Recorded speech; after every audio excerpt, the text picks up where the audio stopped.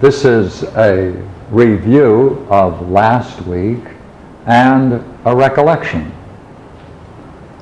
And we are lucky enough to have with us two people this evening who can give us a recollection of what it has been like to go through last week's talk. So therefore, let me first just read the paragraph that I chose to explore. And it's a very famous one. It's so well known among 3 or 4 people that I know that it's often discussed. It's in Plato's Republic 517b, Book 7.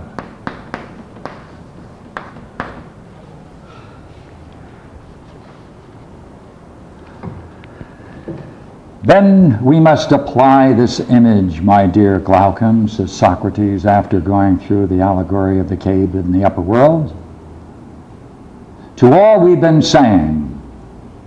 The world of our sight is like the habitation in prison. The firelight here to the sunlight here. The ascent and the view of the upper world is the rising of the soul into the world of mind. Put it so, and you will not be far from my own surmise, since that's what you want to hear. But God knows if it is really true. At last, what appears to me is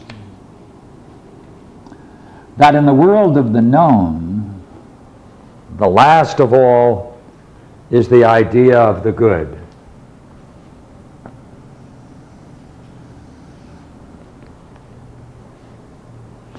And with what toil it is to be seen. This is an object to be seen by the mind. And seen, this must be inferred to be the cause of all right and beautiful things.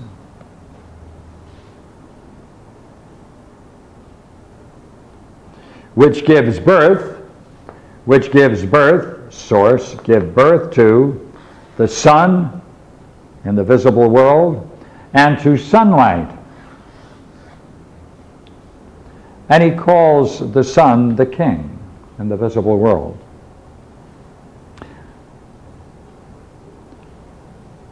And seen, this must be inferred to be the cause of all right and beautiful things for all. Which gives birth to light and the king of light in the world of sight. And in the world of mind,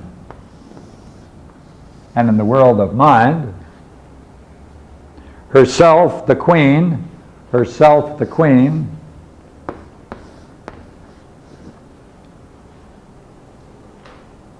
produces truth and nous, or reason, as our translator calls it.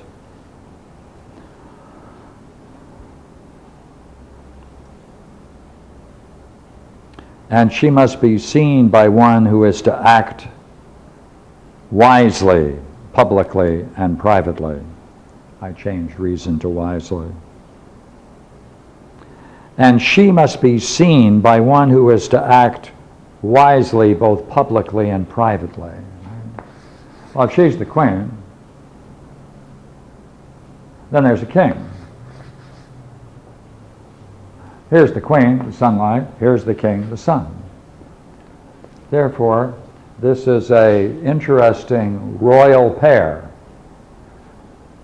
In the world of mind, the king and the queen. In the world of the visible realm, there's a king and the queen. The queen in the world of the mind gives birth to the sun, the creator source of the sun, and so sunlight. It's the cause of all beautiful things and what is right, produces truth and reason. Now, the last time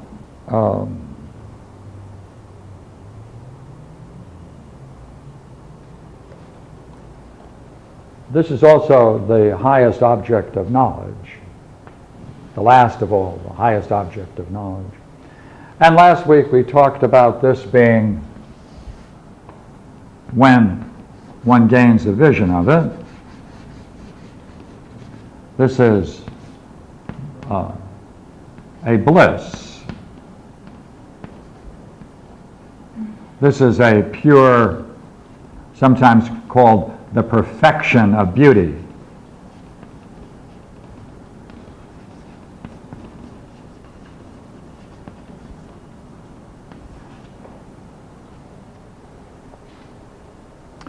And therefore it suggests that beyond this perfection of beauty and bliss, there is something yet higher called the King, or the Good and the One. And we mentioned in many talks, and just mentioned it briefly, the whole object of Book 7, when the arts are brought together into a unity, and their kinship and community is seen one to the other, then you can enter into the game called the dialectic. And the dialectic is how to grasp in some way the transition from here to here. That's the whole goal of the dialectic. That means leaving this. And so we also read one or two quotes just to give you one more touch to bring you back to it.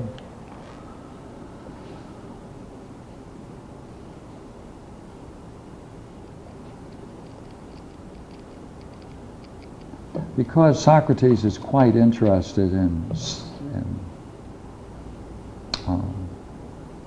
the fact that, as he sees it, there are some people who reach the state of the idea of the good. The word idea, of course, means to behold. And that's a blissful, beatific state. And he said they strive to remain above.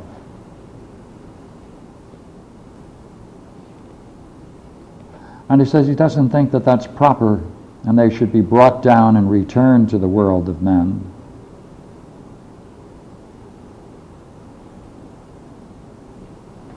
And therefore, there's a return, which in Plato's allegory of the cave is that after being in the upper world and seeing what is there to be seen and known, then the philosopher must then return into the world of men and share whatever it is that they have, as well as contribute what he can to their way of being. So therefore there's an object to strive for, it's experienced, and it's a return. Well, we had fun last time doing this. And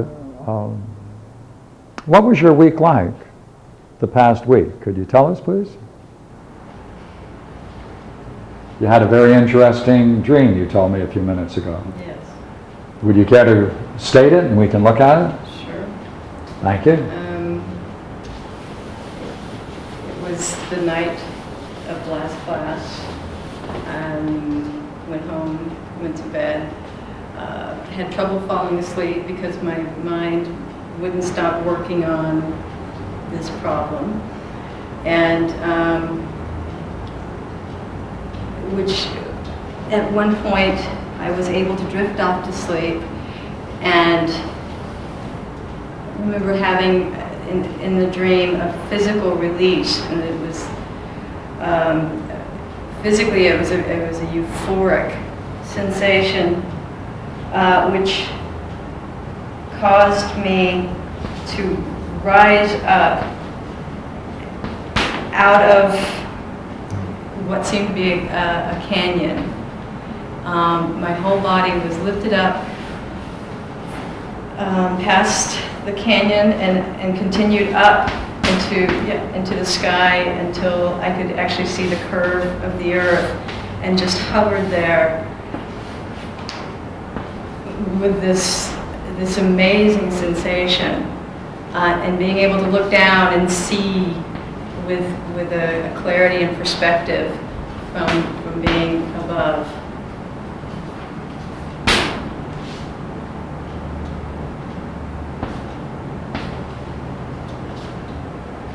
Mm-hmm. Mm-hmm. What effect did that have on your concern about these issues that we were exploring last week?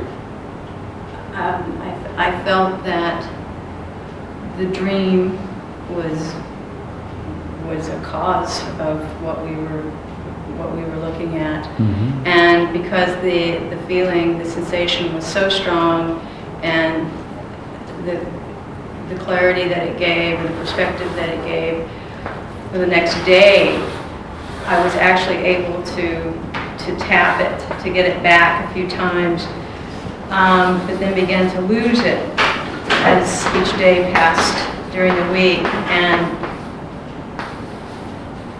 I felt what was key was to get back into, I kept thinking about this because I felt like this is what brought that dream about. This was what was pivotal, and so my mind hasn't been able to let go of this for an entire week. Mm-hmm. Now that you recalled it, do you want to add anything more to it?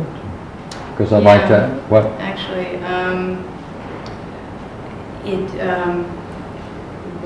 there are a couple of things. One was what I told you earlier, but I left out, was that I was very much aware that while I was floating or flying, the sensation that I had was not a result of the flying, rather it was the other way around. That this amazing sensation or this release was what had caused me to be able to rise above. And also, once being in the sky and looking down was such a sense of seeing the canyon and seeing the terrain. There were a lot of mountains, and it was very beautiful. And it was seeing what I normally saw, very commonplace, from a whole different perspective. There was a great deal of beauty to it. Mm-hmm. Oh, thank you. Could you talk for a few minutes about this curious word, the thing that you wanted to get back to, and then you lost it and you went back to it, clarity? Mm-hmm. Just talk about it for a few minutes.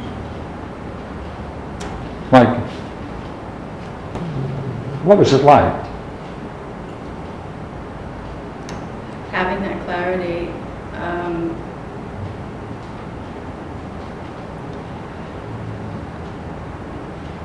just a wholeness. Wholeness?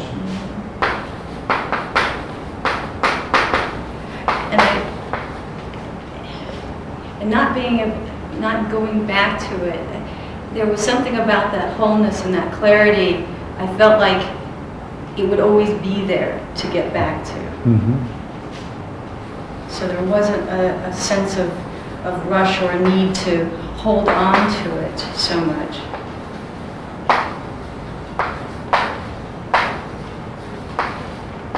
Mm-hmm.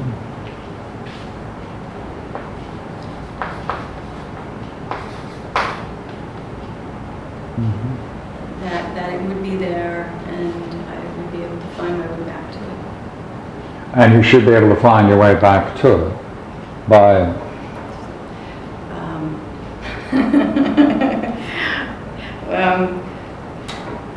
by figuring this thing out.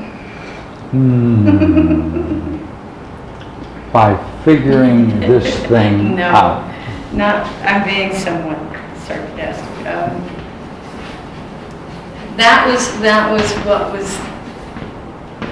was what caused the dream to occur. I stopped trying to figure it out. It wasn't coming through an intellectual endeavor. It was coming from more of just allowing myself to know. Just seeing. It was, I can't describe it. With the mind. Yeah. Yeah. Sir, were you in some way involved in trying to figure this out as well? Very much so. I also had a pretty interesting dream. Could you share? Sure. Hold on.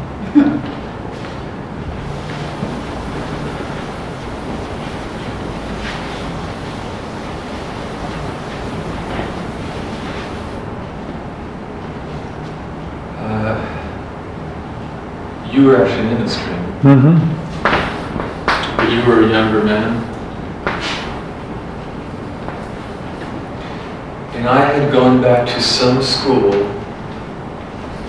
where I had graduated, and I was now going back to just kind of reconnect with everything that had ever happened to me through all the years until I had graduated.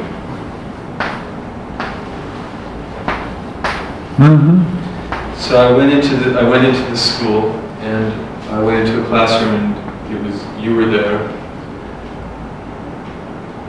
And I handed you all of my school transcripts, and you sat down and looked at all of them. And I was just kind of standing waiting. And you said, well, I see that you had quite a number of failures. And you said, but I'm sure that there were good reasons for that. And I said, well, no, they were honest failures. Hold it. I didn't get that last part. I said, well, I don't know if there were good reasons. They were honest failures. They were what? They were honest failures. They were honest failures. They were genuine failures that I had. They were genuine failures. Okay. That's okay. I just want to make sure I get the words. They were genuine failures. Yeah. So, I was just really owning that they had been my failures. You seemed a lot lighter about it. I wanted to kind of say, no, these were my failures. So what would you say you were doing in this statement then? They were genuine failures. It felt like a little like an old pattern to me. It felt like I was caught in something that really wasn't important in you, and it wasn't important to you, but I was trying to, almost like the sense of guilt or shame, that kind of stuff. It seemed like we were reviewing my whole life here in a school or something. And I was planning. Yeah. I was planning to see other people who had graduated.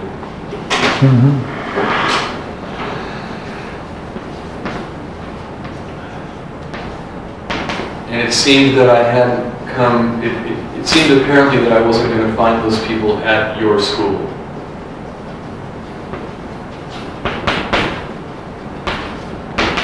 And you said, well, I don't think these people will be here.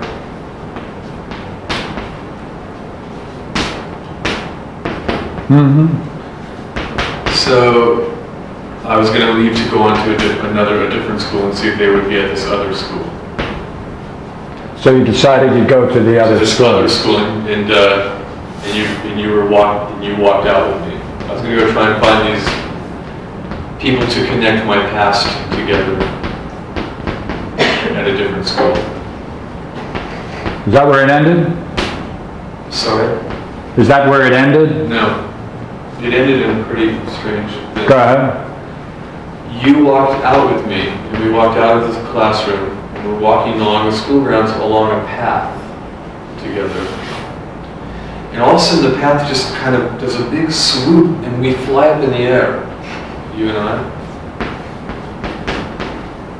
And we're now flying up in the air, but you're very relaxed about it. And I'm looking over at you. And we start to come down, and we're coming down through some branches of a tree. And there are two guns hidden in the branch of this tree. Up high in the tree, there's two guns.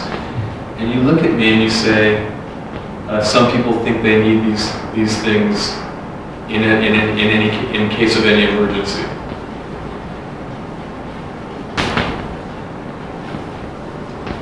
And I see the two guns, and now we're kind of falling back down to earth.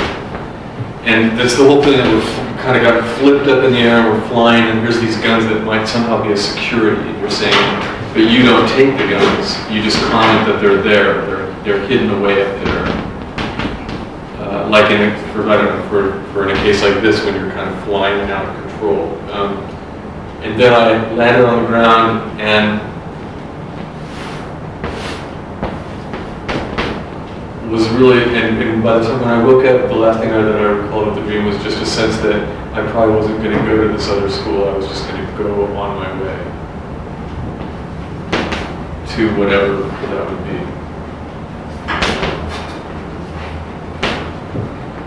But I thought about the guns a lot when I woke up. I wasn't sure what that might be. What was it like this last week for you, between these two talks? For me, it was a sense of being very close to understanding something, yearning for that understanding, working at that understanding. And perhaps a fear that once again I wasn't going to understand something that I know is true inside of me. Maybe I won't get it.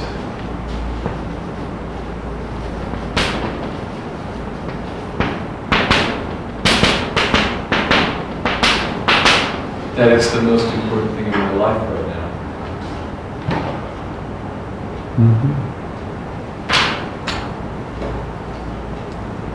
You mentioned in the dream that the person in the dream was relaxed. How were you in that flight? I was feeling all the that kind of nervous stomach feeling when you're flying, sort of feeling like, wow, it came out of nowhere. All of a sudden we were just whoop, walking down a path, and all of a sudden, boom, we're way flying up in the air, kind of out of control.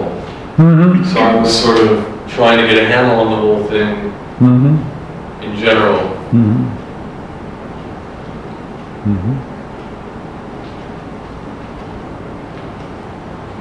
Well, each of these dreams are very obviously profound. And let me go back to this one first.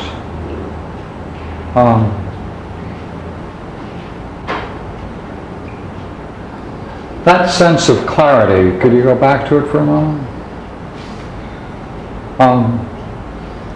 You also said it was something euphoric. It was a strong physiological, just... As if what? As if every cell of my body had been switched on. It was just... And therefore you could do anything. Anything. Fly, you name it. There was a very sense of that kind of certainty. And therefore not needing to do anything.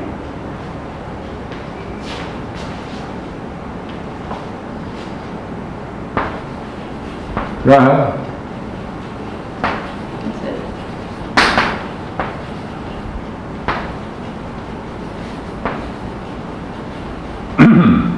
Yet not needing to do anything. Right, yeah. But that was there, that the power to do anything.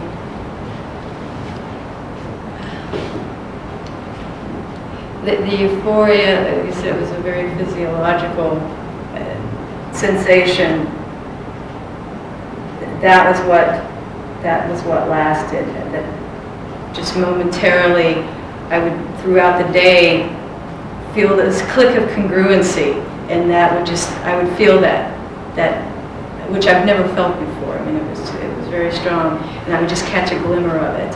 And think, there it is. That's, I need to go zero in on that moment, that right now, to get it. Yet there was no need to hold on to it. Right? Yeah. It was always, and it will always be there. Right? Remember that? Did you notice at these times when you were trying to get back to it, or did to some degree back to it, what it was you had to do, or you did? By heavens, it's the same question as here in the cavern. You mentioned before what happened to you in the cave, in the cavern, canyonway. What was it again? What, the release? Yes. Right. Could you compare that state with this?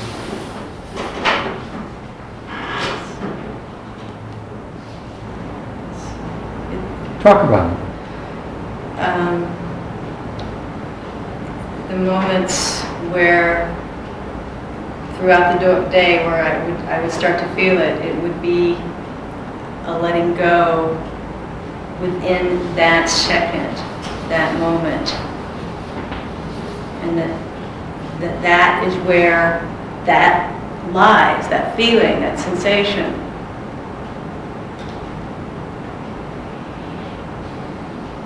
If you were to be called upon to help people understand the idea of release and letting go, how might you express it? What might you say about that moment?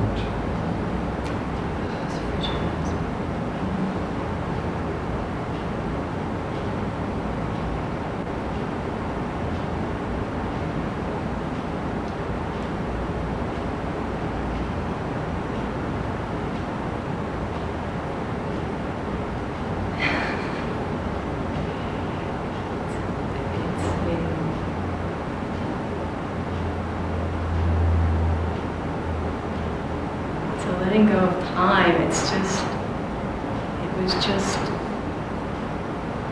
past this. I'm not good at describing I noticed that when you're talking, it's as if you're doing something also in front of your face or to your face. Let me ask you in another way. All right? This letting go, Yes. did you notice that it was centered in the face? When you're letting go, was there a relaxation that took place? My entire body. The entire body? Yes. All right. Including the face? Yes. I don't know. Because as you described it a few minutes ago, it's in front of your face. You're making this motion. And that's why I was asking. Interesting. Yeah, good. Okay. And I'll tell you why I say that. Okay. Because very often, a great deal of our attention is rooted in our face. That's our persona, our mask. That's the way we appear. People look at our face, not our hands. Right. So therefore, in wanting to appear in one way or the other, to whatever degree, right, the musculature of the face tensifies in certain areas. And a letting go often can be felt there. Right? Relaxing. Yeah. I get it in the jaw. Yeah, jaw. My jaw has been very sore this week, as a matter of fact, too, and I've noticed that. Well, you see, you're trying to get it back, you lose it, you try to get back, so you're doing something.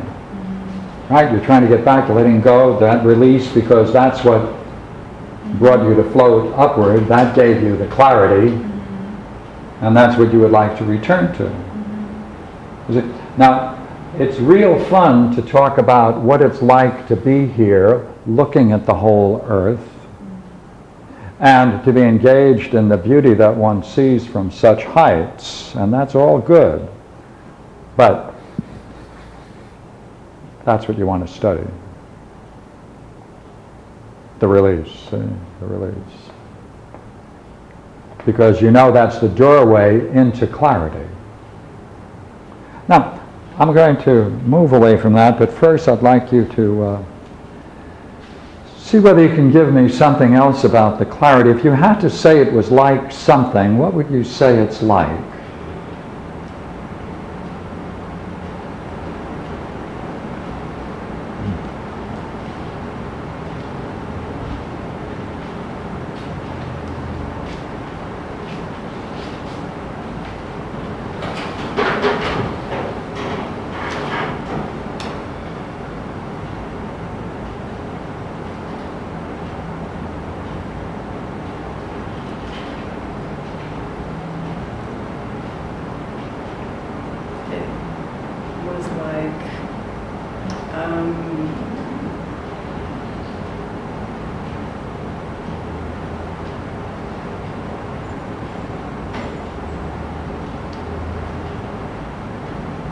Was like, it was a complete calmness. A complete calmness. Yes, there was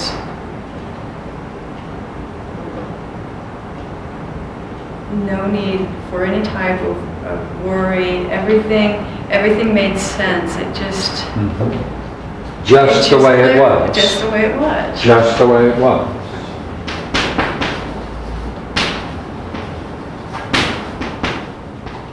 Right, just the way it was. And you could see it. Yeah. Everything was, yes, it's just the way it was. Yeah, yeah, yeah.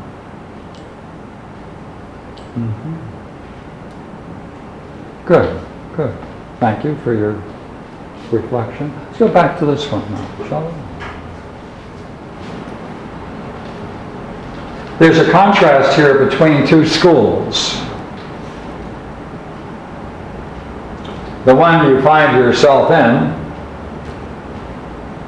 and you want to connect yourself with some of the old grads. And you go to it with old school transcripts, and you show them to this Pierre in the dream, and he says, I see you've had a number of failures. I'm sure there are good reasons for that. How was that said? It was said, I'm real clear about this, it was said with a very deep sense of understanding. Like you saw through all of it and understood more about what might entail someone's failure versus just an F on paper. It was almost like you said it with a kind of warm sense of humor or something. One what? There was almost a kind of warmth and humor in the way you said it. It was like you saw something I couldn't see about that failure. Yes, yes, yes. But you did see a certain kind of understanding. Absolutely. You called it absolutely. Talk about it in the dream. What was that like, seeing that? Seeing some of the understanding that I saw in you as this teacher in the dream, or do you mean, or?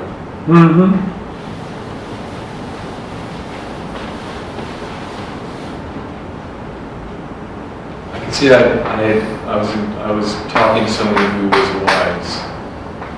It was very clear to me.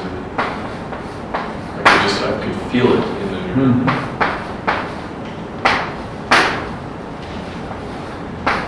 And my sense was, what am I holding on to here? Kind of what am I doing here?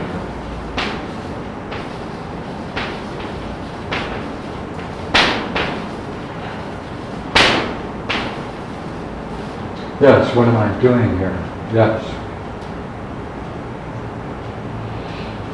Now, what would you say that means in respect to what was just said and what you saw? What I saw was my own, perhaps, lack of understanding or wisdom. But you saw this person had a certain kind of understanding which you found. Which I felt a great connection towards and attraction towards. Ah, so in seeing this, you're also attracted to that, right? You're attracted to that understanding. Yes. Right. Mhm.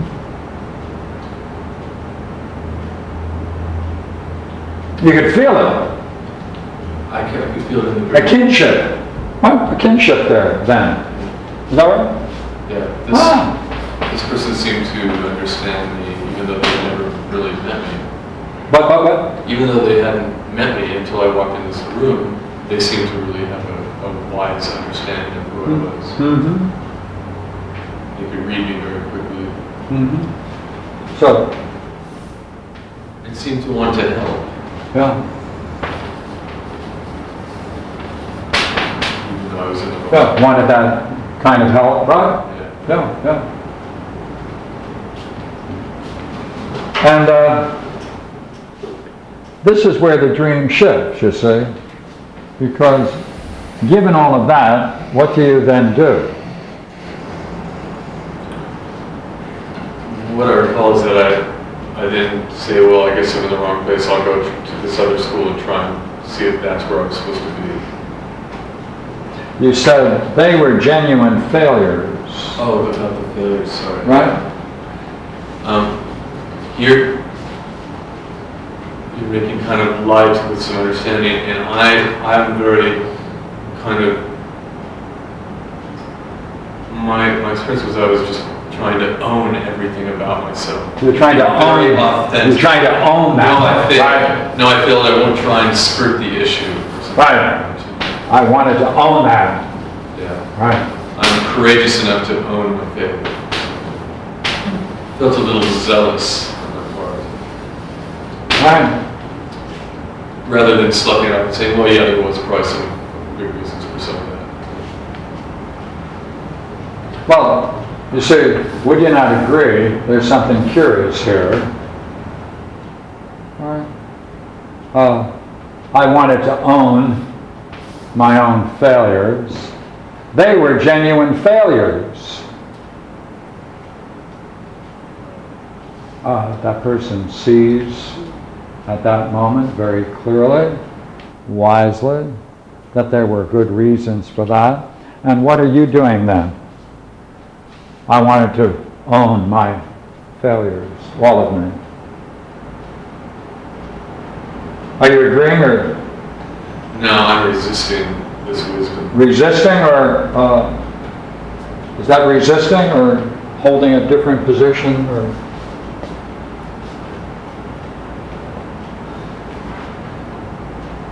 My sense is I'm just being very terribly hard on myself. pardon me? I'm just being terribly hard on myself. You're being terribly hard on yourself, right?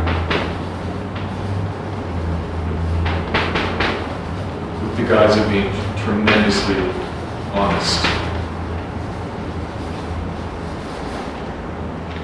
At the same time, when someone is being, say it again? And my manner of doing that is this kind of ultra forthrightness that I think Yeah. is somehow proving that I'm very honest. Yeah, that's called, in a way, being honest. I won't run from my failure. Right. This is, in some sense, called honest. Yeah. But again, this honesty is not the same as this. Not at all, no. After I said all that, I could still see that the person was very wise and just kind of understood. Yeah. So you're seeing the wisdom in what they're saying, but you're holding a different position then. Yeah. And you're holding on to it. Yes. Ah. And so do you stay in that school, or do you then search out for these other grads? I decided I'll go to another school to find some other people. Yeah. So here you're then going after that issue, are you not? Yeah. Yeah. And then you both go together It's like you're gonna walk me to my car. Yeah, walk to the car, right? And much to your surprise, you take a trip Yeah. aloft, similar to the other dream, right? Yeah. And the other party is relaxed. Pierre is relaxed in this upward flight. But you're kind of nervous. All right. What is it like in this trip? You said, go ahead. It's happened kind of out of the blue, out of nowhere, very sudden. We were just walking on a path. Now we're flying up in the air at sort of tree line. Mm-hmm. I'm aware that you're very calm and relaxed, and that helps me feel more calm as I'm coming down from the. We've gone up and now we're going to start coming down, and we kind of tend to float down at a point. Come down to the trees, see the guns in the trees. I'm real aware that you're still the same person you were in the class. You have this understanding, there's this wisdom. We're now flying up in the air unexpectedly, and you're calm there also, and seem to understand it. And that's when you point out these two guns, and sort of give me this little lesson on. Some people some people have these hidden up here because they need them in a crisis or an emergency. Do you then notice that this dream then turns on this, I wanted to own my failures. There's a kind of honesty to that, you believe. Yeah. And that propels you then through the rest of the dream. Yeah. Wouldn't it be interesting if this is your block, holding on to this? Wouldn't that be interesting if it turns out that this idea, however you got it, that I want to hold on to all of me, I want to be honest about everything about me, including my failures, I want to own my failures, looks like you're going to hold on to them as part of yourself. Curious, isn't it? Yeah. Well, It's maybe. not very relaxed. It's not very relaxed. Yeah, but it might be a direction to focus on this and find out where this came from. Because from this, you then feel, right, I'm being terribly hard on myself. They go together, don't they? Yes.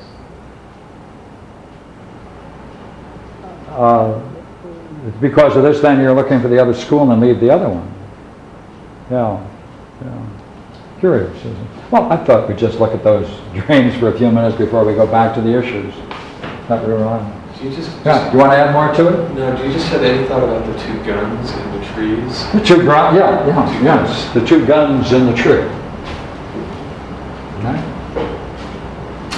They're there for security reasons. They're hidden. Right. Some people think they need them.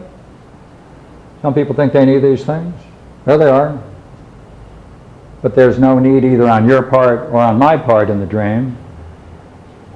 And therefore you go through that. You don't need what then? What don't you need? I don't need this. You don't need that security. You don't need it anymore.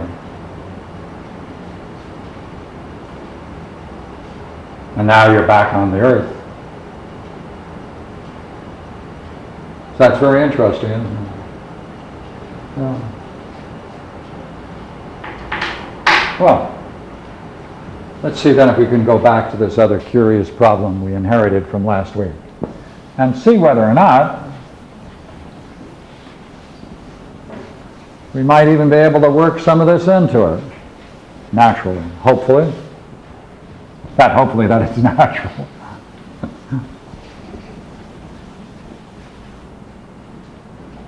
All right, now you have to try to express the problem as best you can. All right. Let's see if I can represent it and you correct it. All right. Here is an exalted state.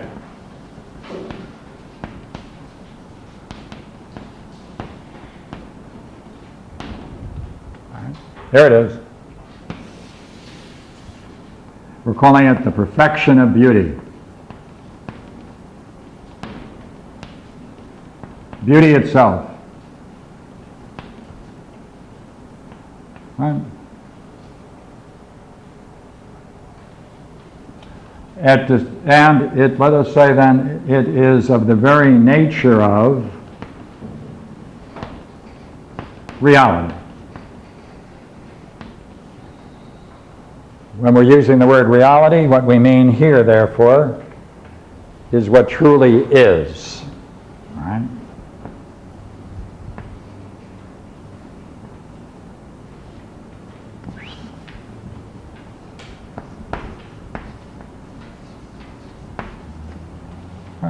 The nature of what truly is with a capital I. It has a vividness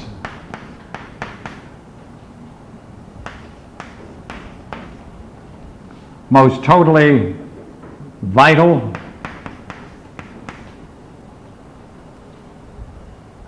and it's very clearly of the nature of mind or consciousness. That is to say, we can then express it as, this is something we can call being,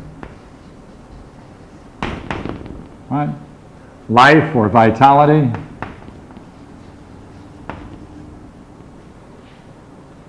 And using the word in its best sense, intelligence. Intelligence in the sense of the most lofty part and expression of the mind. When it is experienced exactly like this. Beauty. That is the way it is encountered. That's the way in which it is experienced. Wow! Overwhelming beauty. Intellect now can see, right? Intellect can separate and make distinctions and say, but you know what? Everything that I have known up to this point is far less real than what I am encountering now. That's the word being, see? By contrast, everything I see lacks profoundly a sense of reality, for this is so greater, I will call it being or reality itself. It's not, see, this is, well, not much vitality in things, but if the very nature of being is liveliness, life itself, then this being is not static.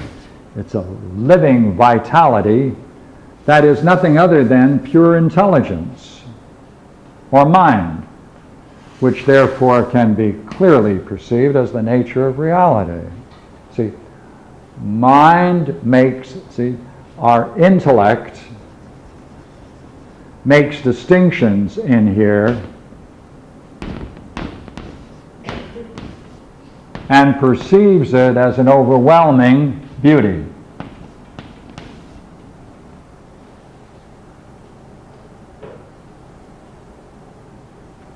Now, that means 1, 2, 3, 4 are in some interesting way a unity, a oneness.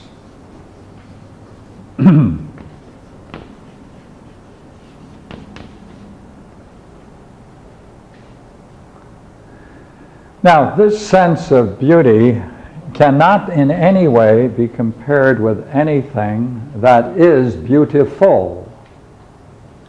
This means that it is so overwhelmingly pure beauty that it's inconceivable that there could ever be anything more than that.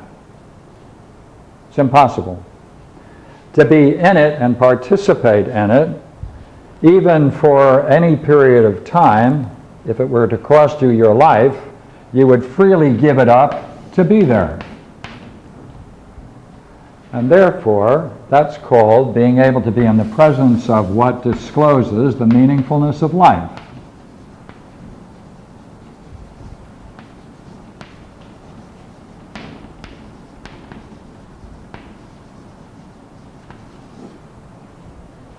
in that overwhelming experience.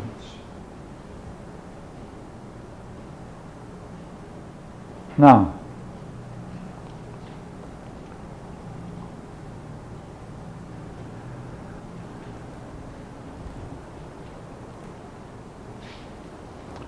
let me ask you a question, curious question. What does ness mean when it's added to a word, suffix? It means the quality of something, isn't it? Like goodness, the quality of good. So therefore, would you not agree, this is not the one, but it, whatever the one is, it must be prior to this, for this is the quality of one.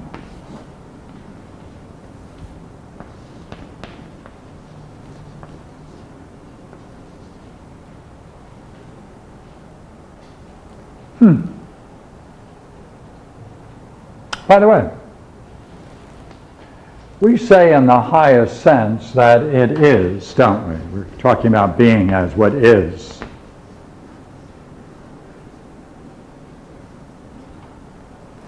But when we say that something is,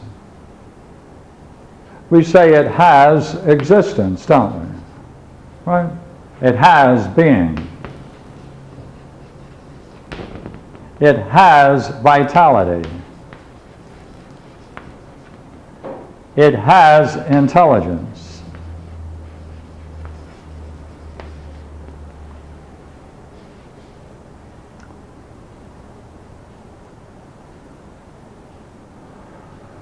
Does that mean that this has these qualities?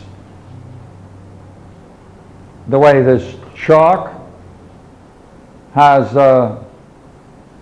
color, size, shape? I mean, is this something, is it an it, that has these qualities? Or is it just all of these?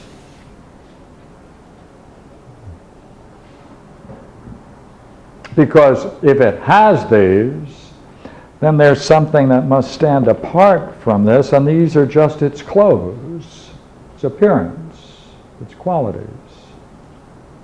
But if we say, no, this is what it must be. This is what it truly, that's it. That's what it is.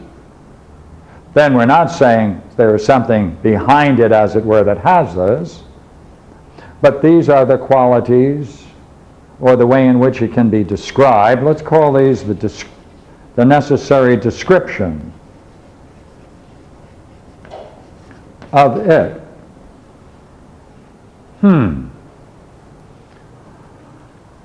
look here, if there really is a one, we mean it in the most pure sense, don't we?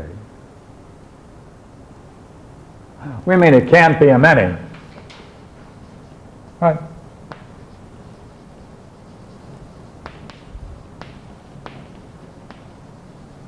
Well, it cannot be a many. But wouldn't you agree, if this is a unity or a oneness, we can make these distinctions within it. And therefore, it's not a one, but a many. It's a one manyness. It's a one that has a manyness. So it's not the one. Now, sometimes we talk about the one with another name, the good. The reason we talk about the same thing with two names is because anybody who captures, guesses, gets a hint at, there's another part of us that wants to pursue what's good. And there must be, therefore, something that is good that makes all the things that are good, good. The highest good. Now, by a very interesting steps of reasoning, we can show that the idea of the one and the good are the same. But before we do that, let's just take the one for a moment. If the one can't be a many, then this can't be a one, for it's a oneness. And take it the other way. If the one is, then we're adding existence to the one, and that would make it two. That would be to say, there is something, the one. Hey, you know what? It exists. Existence, therefore, qualifies it. The one can't be said to exist. Could it be said to have mind? No. For the same reason, it would then mean it's something that has mind. But if it is mind, if it is mind or intelligence, is mind one or is mind a unity, and we can make distinctions within it? Knowledge, understanding, right? Belief, image thinking. Well, those are a unity, a oneness. So mind, if we mean by mind those things, obviously it can't be a one either. But look here. If this one can be known, if it can be known, would you not agree by necessity there has to be, if it can be known, there must be a way of knowing. And if it can be known, there must be a knower. Well, therefore it's 1, 2, 3. Presupposes 1, 2, 3. Therefore it certainly can't be known. For knowledge presupposes this 3 structure, doesn't it? Well, wait a minute. Can it be understood? Would that mean the same thing? Can it be understood? That means there must be a process to get you to understand it. There must be an understander who understands it. 1, 2, 3. Could it be perceived? Could it be an object of perception? Perceiver, perceiving, perceived. 1, 2, 3. 1, we just have a 1. Well, we mean by a 1 is a 1. We don't want any 3. So it can't be known, can't be understood, can't perceive it. Can it be an object of vision? But look here. An object of vision means that you can enter into it. You can experience it. It has a beginning, an onset. It may have a high point, or it may be continuous, the same, but it does have a coming out. Hey, wait a minute. Then if you have a vision of it,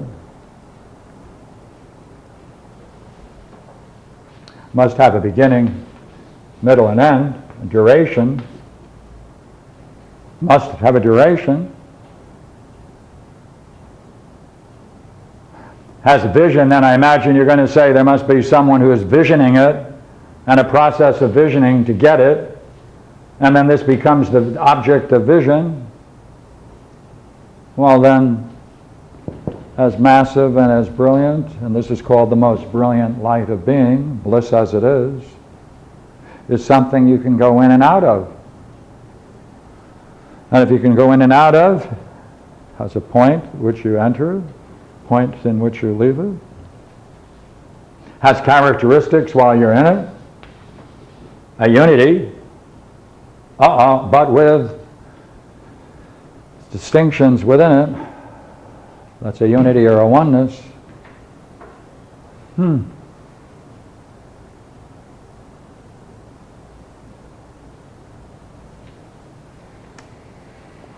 Wait a minute, no, we have to be careful about something. Do we think when we say the one, that there really is something that we call the one and give it a name? Well, then there must be some boundaries, some way of distinguishing it from everything else. Well, that's just one of the things then that are. I mean, if there is something, and we're going to call it the one, then the one is different than what it is. For the one is just the name of it. Well, then we have two things. We have what it is and the name, the one. Huh. And if it is a name, then it must be distinguished from all other names. And being distinguished from all other names, we can say it's one of the things that we can distinguish. And therefore, in some way, that must be. So if there really is a one, that can't be a many, well, then you can't be talking about the one, because you're talking about what you're naming. And therefore, there must be the thing and the name. We don't want any two. We only want one. So if there really is a one, it can't be named. Well, one can be a many. Hmm? The one could be a many. If the one could be a many, like this is a many, right? If the one could be a many,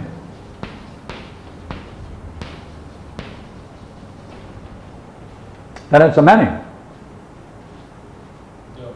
So nowhere and a known that know there are one. Pardon? So nowhere and a known that know there are one. There is no way of knowing. There is a knower and a known There's a knower and known. that know there are Uh-oh. one. There it goes. If there's a knower and known, And they know there are one. There are and one. if they know they're one, wait a minute. If they know they are one, they better forget it. Then they are one and they're not a many. Right. If they are one, then they're not a many. Right. Right. So I just showed And therefore they wouldn't know. I started out with a many and proved there are one. So you can have a many and be a one. Would you agree, though, that at any point where we say they are this, then we can't say they are one? No, I don't agree. Okay, let's try it. You're befuddling my principle. Of course.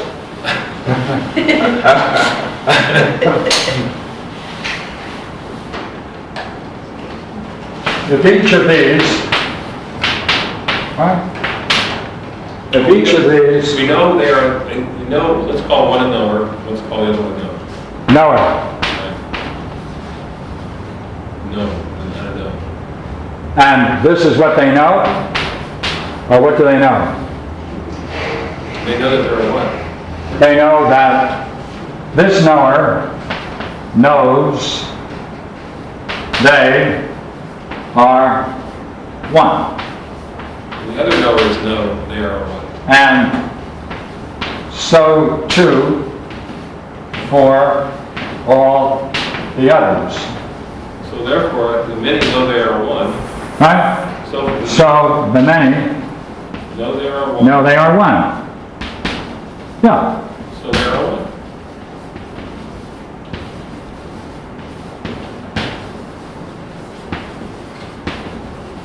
Mm-hmm. So you can't have a many and be a one. Well, just take a look now. Okay, by the way, do they know they are one? Sure. Watch now. When they know themselves as a they, do they know themselves as one? No. No. They know they are. They know they are a group as one. They know they're a group of ones. No. No, they know they are one. Okay, each one knows they are a one. In other words, I am you and you are me. They know that. But see, if they know they are a one, then the one is in many. No, there are many. Yeah, of course they're many. But I totally There are many, agree. but they just know that they're one. If they know that they are one, do they also know that all the others are one? Yeah, sure. Well, then they know that the one is individual and distinct in everyone. Yeah, so they know that the many is a one and one is a many. Therefore, they know that the one that they know is a many. Right. Yeah. So And many can be a one, one can be a many. yeah, that's okay. That's okay. Right. Then, would you agree then, this one is different than what we're talking about a one? No, because all ones are ones. Of course all ones are ones. When all ones are ones, they know other ones are ones. Of course they know that all ones are ones. But now They know we, the other ones are ones. So they know there are many, but they're all ones, so what can be a many? yeah, What's yeah. wrong with my logic? I know this. Yeah, that's why I was just wanting to slow you down for a moment and see whether we could proceed together step by step. Right? First, would you agree that there's something they know? Yes. Okay. If you mean that strictly, do you mean that they know that there is a knowing going on? Okay. So they know there is a knowing going on. They know there's a process of knowing going on. And what they know, what is known, is the one. So there are three things then that they know, other than the one. They know they are ones. Well, from what you're saying, They know they are ones. they know they're knowers, and they know they're knowing too, Okay. They know that and they know that there's an object that they know. And they know there are many. Right. They know there are many. Well, look how many you have. Would you not agree at this moment, going slow, that this knower knows something? They know that they know. They know that they know, for they are knowing, ing, process. In the fact that they know that they are knowing, that's different than being concerned with the object of knowing, for they know they are knowing. They know what they know, right? No, don't change it. Then this is separate from the fact that they know the one. I'm sorry, I didn't That's catch okay. that. I Okay. missed it. From what you're saying only. Number one, they know they're knowers because they know they are knowing. That's one kind of knowing. They know they are knowing, and they know in knowing they know the one. They know the one. Right. Therefore, these are three different kinds of knowing. Yeah, it's all the one. I mean, I don't mind you calling them each a one. The question is whether they are all together one, for they are different. Yeah, they're different, but they are one. Watch. If they are different, They're random and they're periodic. that's okay. If they are a many, you call that many a one, since each one of these is a one. Each one of these is one. Yeah. Yes. And No, each one of these, is the one. pardon me, each one is different. No, each one is the one. Pardon me, didn't you say they were different? No, I didn't say they're different. Watch them. Would you agree they know they're knowers? I agree they know That's a knowing. They know they're knowers. Do they know? I asked you whether they know they're knowing. You said yes. That's the second kind of knowing. That's different than the first. No, it's not. Same person. Pardon me. If you know, no, see, watch. You're stuck. No, watch that. This is very, very easy to see. Right here. I'll agree with you here. No. Don't agree. See, it's the same thing here with the perception. I see that. That means I am aware that there is seeing that's different than the object. Yeah, but you're talking about seeing a piece of chalk. I'm talking about seeing the one. I'm sorry. No, that's perfectly right. No, it's nothing to be sorry about. You see, the question is this one. The question is this one. If the same dynamics, if the same relations or dynamics exist for seeing or perceiving, having an opinion, understanding, or knowing, if the same relations or dynamic exists for these three, and it's the same, 1, 2, 3. I'm sorry. Process, No, I wasn't listening. I got off on a little- object. You know, if we pursue this, you're going to say that only one person can see the one, and you're going to make it exclusive. It's going to be worse than that. See, I'm making a democracy. No. What? I was going to make it worse than that. You're going to work worse than that? It's going to make it, I'm going to make it worse than that. Jeez, okay, well, I'm sorry. That's okay. All set? Sure. Finally, when we're talking about the one in this pure sense, right? There is no self. Well, yeah. There is no self. Therefore, there's no need for democracy. No soul. I'm sorry, I missed you. There is no perception of the self. If one, Well, that's how many can be in one. if one, Yeah, because it's the same self, but many. to say, They all thought they were different, but then when they became one, they realized they're the same. Yeah. So there were many that were one. don't mind that a bit. If you say things are the same, would you agree, in order for things to be said to be the same, whatever they are, They're not- there must be certain things about them that are not identical, or you wouldn't call them same. Right, they're Therefore, there must be differences. no, they just thought they were different. Okay, then you don't mean same, you mean identical. And we can deal with that too. Yes, I don't know. I'm lost now. I give up. No, see, this is precisely what one has to go through to play this game. And it's going to pull from the reader or the listener objections. Must. Because we're finally going to say, Oh, wait, if there are many people in different parts of the planets, on the planet, and each one of them became the one, since there's only one, would they all of a sudden collapse into the same personality or something? You know, you got- The one- Draw the Earth and put three guys on it, right? And they all of a sudden get a perception of one. All right, boom, simultaneously, boom, they perceive. totally agree with you. See, perception is seeing. All right, they perceive one. All right, this is the idea of the good, right? That's Then another. all of a sudden, give them another jump. Then all of a sudden, they become the good. Right? So now you got many guys who are the one, Mhm. right? Because they're all ones. Mhm. So now does that make them all? Do they all of a sudden they get transformed and look alike or something? Or do they come to three triplets? Or they disappear? They'd probably sit around and laugh. Well, she's right because they're all ones. They Yeah. couldn't be a many, so Couldn't they be would many. disappear into the one. That's all we need, for metaphysics to be sound and perfect. As soon as someone is enlightened, they should immediately vanish. And that would save a great many problems. And this is one of them. Wait, you know why it has to be? Because it's an impossibility. You probably have three people becoming one at the same time. Okay, look, let's put it another way, all right? We can do this way. Well, wait a minute. Somebody becomes the one does disappear, don't they? Yes, the self disappears. Yeah. So then all three of them lose their self into one. Yeah.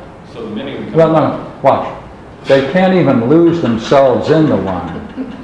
Well, see, you're Because there's nothing in which you can get in. You're saying this guy, this guy, this guy. I'm saying there's this guy, this guy, this guy, and all of a sudden, dynamically, boom, they all become one. So the many can become a one. Become. That's the problem. Yeah. You're doing definitions. I'm doing dynamics. Same thing. Watch. No, we can do this in terms of history. If we can define what we mean by this, let's assume for the moment we can. Right? Then is it not likely that there may be people in different cultures that have reached the same notion? Sure. And therefore might be making statements about it. Okay. Then if they have explored this rather strange notion, right, and we set out their accounts, among those accounts we might say, you know what, there's several of these in the most strict sense that agree. Now, good heavens, you and I would ask, what would they do if they met one another?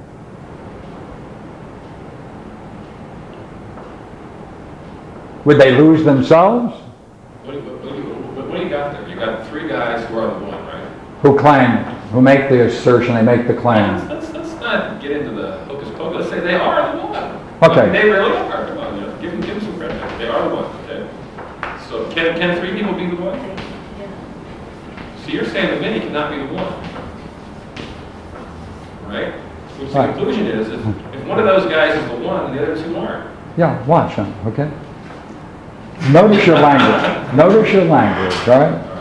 They are each, so you're preserving the idea that they are still and remain unique while they are the one. No, these guys aren't unique, they're the one. Right, right. Therefore, there would be There's a nothing. limitation of language here, that's what I'm trying to make. Yeah, I am too. Okay, okay. Yeah, so if you want to preserve the fact that each of them happens to be unique, and that's why you say, each of them. No, see, then we're getting this dichotomy again. If there is a one, Yes, and if this search is worth searching, then each one of those people must have a chance of being the one, right? So let's just say all three of them become the one, right? Can there be three ones walking about? You're saying no, that many cannot be the one. that's right. Many cannot be. That's right. You'll not watch them. Okay. But I think the way you're arguing, let me see if I can help. So are they different fragments of the one? Watch. Does the one abandon itself to Become the appear in each? That's what you're Does facing. the one abandon itself? Yeah, if there is a pure one. No, it would just be in each one of them. Yeah, I know. But so hold this for a moment. Hold this for a moment now. Watch. Why don't we split the one up now? See, I don't understand the reason there. You're splitting, why would the one want to split itself up? Thank you. Therefore, it wouldn't. Ah, okay, now, And therefore, this could not appear. so therefore all three guys that they met, they turned into one guy. Okay. Or one entity or something. Yeah, okay. At that point, they wouldn't know the difference. They couldn't see a boundary. Okay, They couldn't determine a boundary in terms of the clarity of their minds. so if they were in proximity of each other, they would be a one. No, and that would be a physical proximity. We're talking about the state of mind, aren't we? Okay, state of mind, all right. As far as the state of mind is concerned, each would be as clear as the other, with the utmost clarity and emptiness. But that clarity would be the one. Pardon me? That clarity is the one, That clarity is the one. is the one. Mhm. So mentally they are the same. Among, Okay, mentally they're the same. yeah. See, now, let's go back to your idea of clarity. All right? So- Okay, just to push it.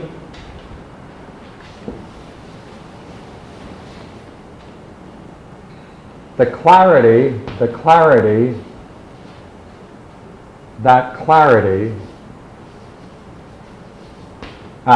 okay. This clarity is astonishing in one respect. It admits, believe it or not, of degrees.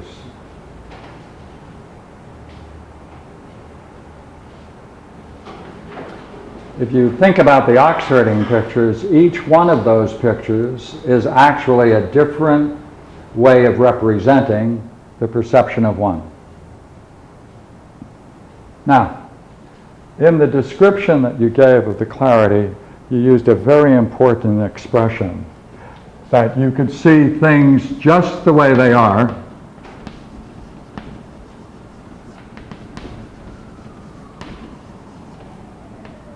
is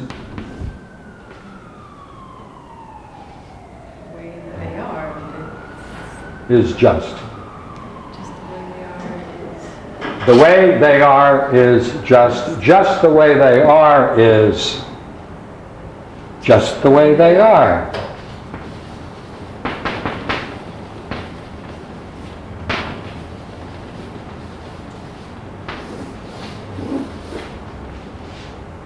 That expression, the way of using that language is in the Plato's world. That's a perception of the one as grasped under the aspect of justice. Because in the Greek world, justice is not a legal term as it is in our country, in our culture. It means things are right just the way they are, each doing exactly what it should be doing, the way it's doing, it's perfectly right. a kind of intrinsic fairness to it all, a righteousness about things are the way they are.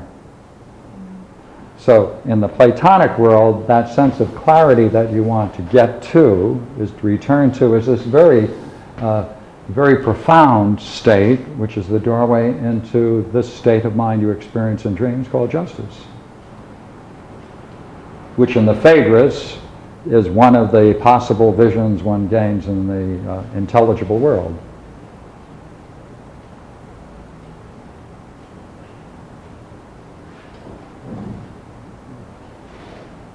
So, let's stay with this idea of clarity. All right. In that sense of clarity, is there any sense of boundaries? Okay. Limitless, open, vivid, clear, no obstructions, perfectly transparent, like the empty sky on a clear, fresh morning. That's where it's going, see. It is empty of what? Of all obstructions, of all distortions. It's not empty in that sense of nothingness. And therefore, this admits of greater and greater degrees of being just the way it is.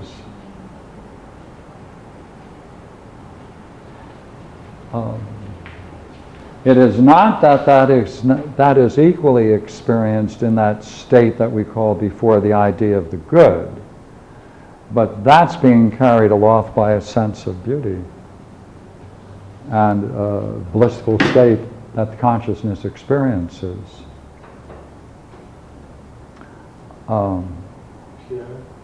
Yes, please. Well, then what are we? The only thing that seems that we could say is that the one is unknowable. It is not an object of knowledge. That's different. See, if an object of knowledge always presupposes this three-part division, then the one must be beyond knowledge. Plato has a very interesting way of talking about the good, which later it's also called the one. Let me just give you just one quick quote because it's so interesting.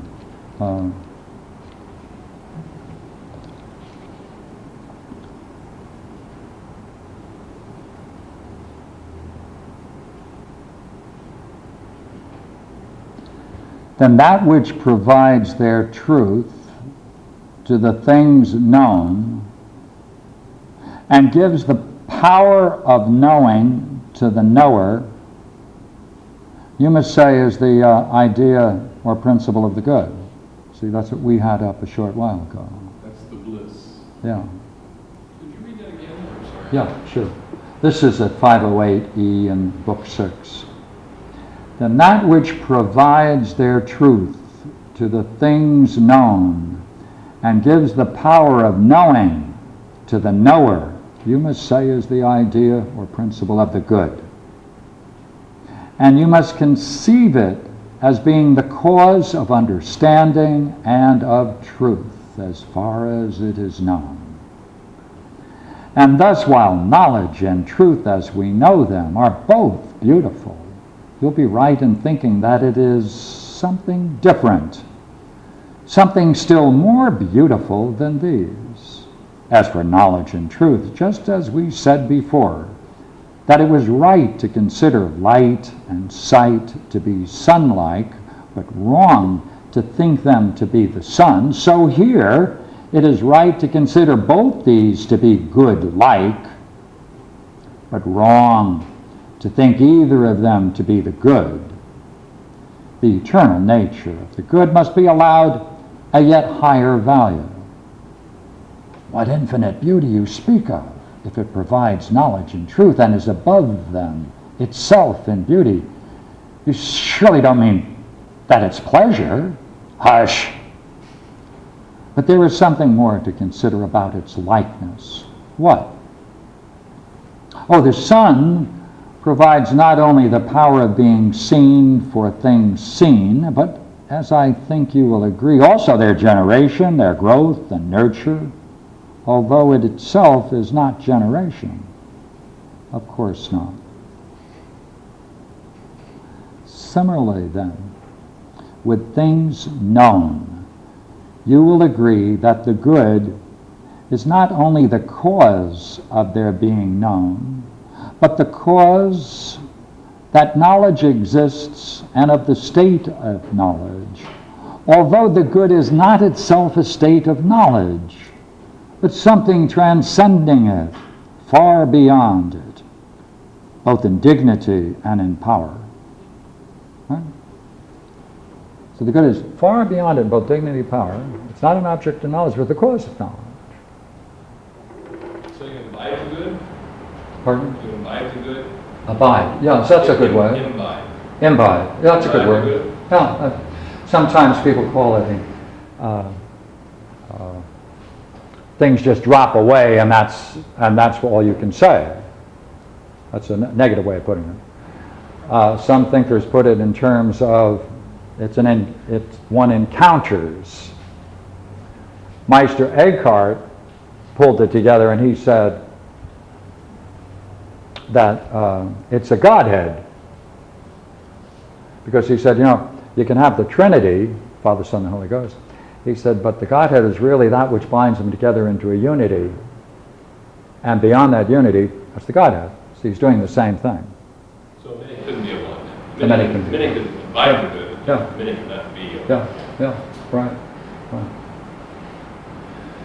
So last, okay? It always comes back to this. So what must you do? In the Platonic world, both from, especially from the good itself, there must be a return.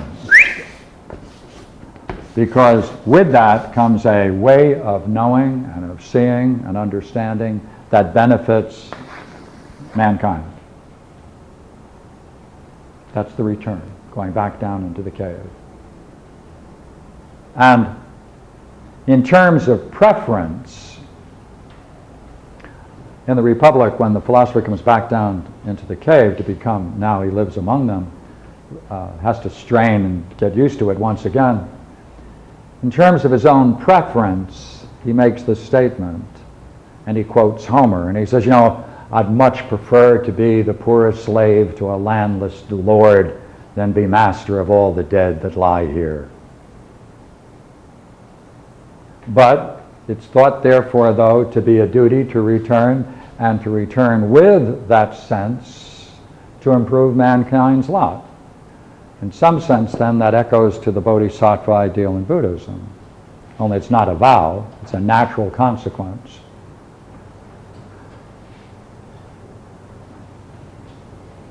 And so, it's time to quit.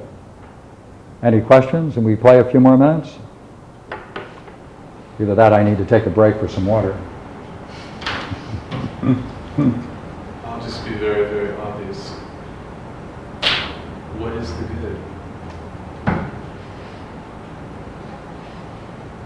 Or the one. Or the one or the good? And what I introduced you to is in Book 7, Plato's Republic. There's a dialectic then that must go from the idea of the good to the good itself.